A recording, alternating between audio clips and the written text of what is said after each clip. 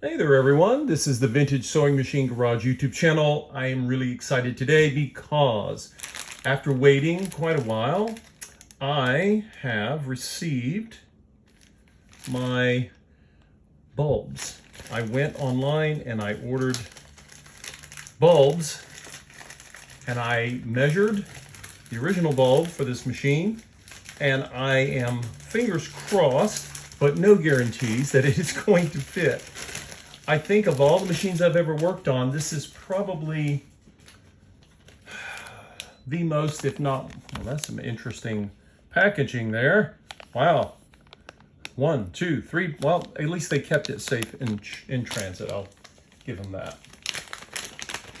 Of all the machines I've ever had and I've worked on, this one is one of the strangest when it comes to the bulb size. And I don't know why the White Corporation, of course, made this machine. And in fact, the manual, which I'm quite fortunate to have gotten with this, says Model 1514. Notice it doesn't have the name domestic or white because they just said, well, let's just print this because the same machine can also have the name white. And who knows, they may have made other versions as well. But in any case, I am quite happy to have come across that. But anyway, back to the matter at hand. The question is, will this particular size of bulb that I purchased, is it going to fit? Because none of my other bulbs were of, I had and do have LED bulbs, but they are, most of them are bayonet, and the ones that I have are too wide, but this is a more narrow size. So I believe that's the 7/16 bulb base. So we're about to find out if all of this waiting, oh, that's my switch. So I'm just going to pull it straight out. And of course, this is the original bulb. It is burnt out. And of course, like the older bulbs, it has this nice brass base. The new ones don't, but we can't be that choosy. So, in fact, before I even try this, let's just put these together and see what we have. Oh boy. Well, I know my base is the right size. However, we've got longer length here. So remember, I had a concern. What I don't want to see happen, see if I can show this to you all. What I don't want to see happen, I'm trying to find a way to do this where I can get my hands out of the way here. Well, we'll have to do it like that. So when I line them up, you think, oh, well, they seem to be very similar in circumference, but the length is quite different. Now, unlike the incandescent original, this LED bulb should not get very hot. The first thing I need to do is let's test the base. I'm pretty sure we're okay. And yes, thankfully we are. Okay, that worked. Test number 2 is it narrow enough to go through this hole? Yes, it is. Ha ha. Okay.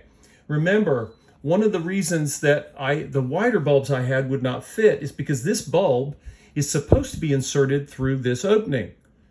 And the new one, which is probably one of the more narrow LED bulbs I've ever had, it actually manages to slide through. That's awesome. Now, uh-oh. Well, we have a problem. The problem is, I wonder if the bulb is going to hit the other side of this.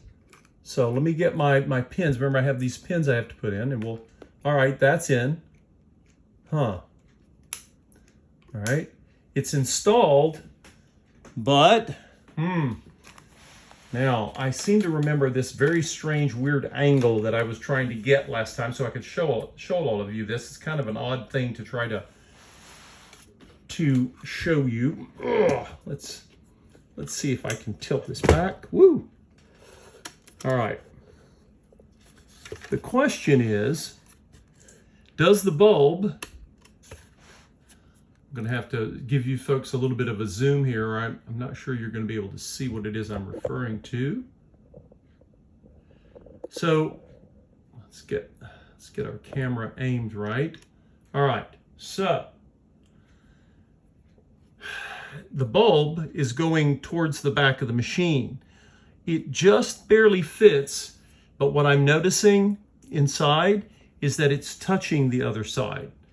So, what do you all think? Do you think it's worth trying to use this way because it's an LED and it's surrounded? These LEDs, at least this one, is not surrounded by glass. It's some sort of strange silicone housing. It's very odd. It looks like it goes straight to the back, and it did go in far enough that my switch is working. I don't know if you all can see that.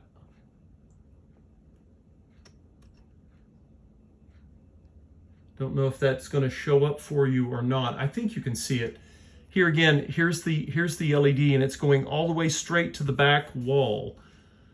At least it's not sticking out from the switch side, right? I guess that's good. Okay, I went and got my light. Okay, now you guys should be able to see a little bit better. I got my head-mounted light here, flashlight. Look at that. You see the bulb? You see that little sort of rounded flat area right here? It looks like it's touching there. Now, an incandescent would be a disaster if I tried to run an incandescent bulb, because it'd get too hot. It would either cause the bulb to crack or damage the machine in some way. So, let's see. What I may do is maybe try to find myself a piece of paper, and if I can get the paper under the end of the bulb, that'll tell me that there's some space there. But let me know what all of you think. I know these LEDs they get warm. I don't think they get hot. So, and tilting this machine back tells me that I'm going to need to investigate the hinge pins in this case. So let me know what all of you think. Do you think I should try to use the bulb? I have been investigating. I have been looking and looking, and I don't see one of these anywhere. LED, incandescent, or any kind. And I, you know, the white company was still big, even in the 50s. They were still a good sized company. And I can see them saying, we want a special bulb, but just for one machine and one design, it seems a little odd to me that they would go to that effort for a machine that, again, they made many versions of it. The domestic, I told all of you, the White Corporation, the White Sewing Corporation at this point was marketing or distributing domestic, and they actually took the same design for the white that they had, just like this, and they put a different name on it. I suspect it had to do with price points, but who knows? I'm gonna have to see if this is going to, well, first of all, we can always check it. Let's check it. Why don't we check to make sure that the light is actually, the fixture is good before we go any further. Might be worth investigating.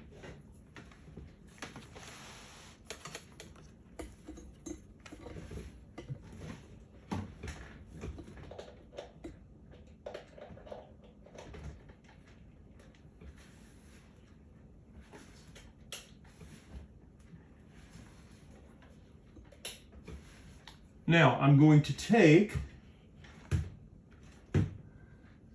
this lovely switch that I am so enamored with, even though the bulb is a bit of a kind of a pain to source, and let's see what happens. Now, it doesn't tell me, I guess turning right or left, one way is going to turn it on, one way is going to turn it off. Hey, it came on. Well, that switch works. I love that switch. You know, I was geeking out on this last time. And, you know, left turns it off, right turns it on. You know what I may have to do? I may have to just leave this on for a little while to see how warm it gets. If it doesn't get really hot, I may be able to use this. We'll find out. We'll find out together, folks. Anyway, don't know if you've ever had issues with sewing machine bulbs being too long or too short, but this is a machine that I have looked at. I've seen them available for years, just never came across one in my own search. And when I saw it, you know, it was this thing, as I told you all in a prior video, that threw me off. This is not the tension assembly. It's a light switch. This is a Singer 15 clone. And of course, what that means is that the actual tension assembly is over here, which you would expect for a Singer 15 clone. So, who knows? Maybe I'll find the white branded version and you'll be seeing double, except for the name. Anyway, I hope this was helpful. Some of you may have seen that earlier video and thought, well, whatever happened to the light bulb situation? And so, I think I'll just have to play around with it. It did fit. It did. I was concerned when I was comparing the bulbs just a while ago and you saw it was so much longer. I thought, oh, it's not even gonna allow the switch to engage and have everything go in. It looks like it just barely fit. But again, I want to make sure I'm not going to cause harm. So I'll as I go through working on this machine, maybe we'll just turn on the light switch and leave it on, and we will see what happens with it. I appreciate all of you joining my channel, watching my channel, and stay tuned next time when we will dive further into one of these machines. I have quite a few. They've been coming in droves lately. And this one, of course, I'm definitely excited to get up and running.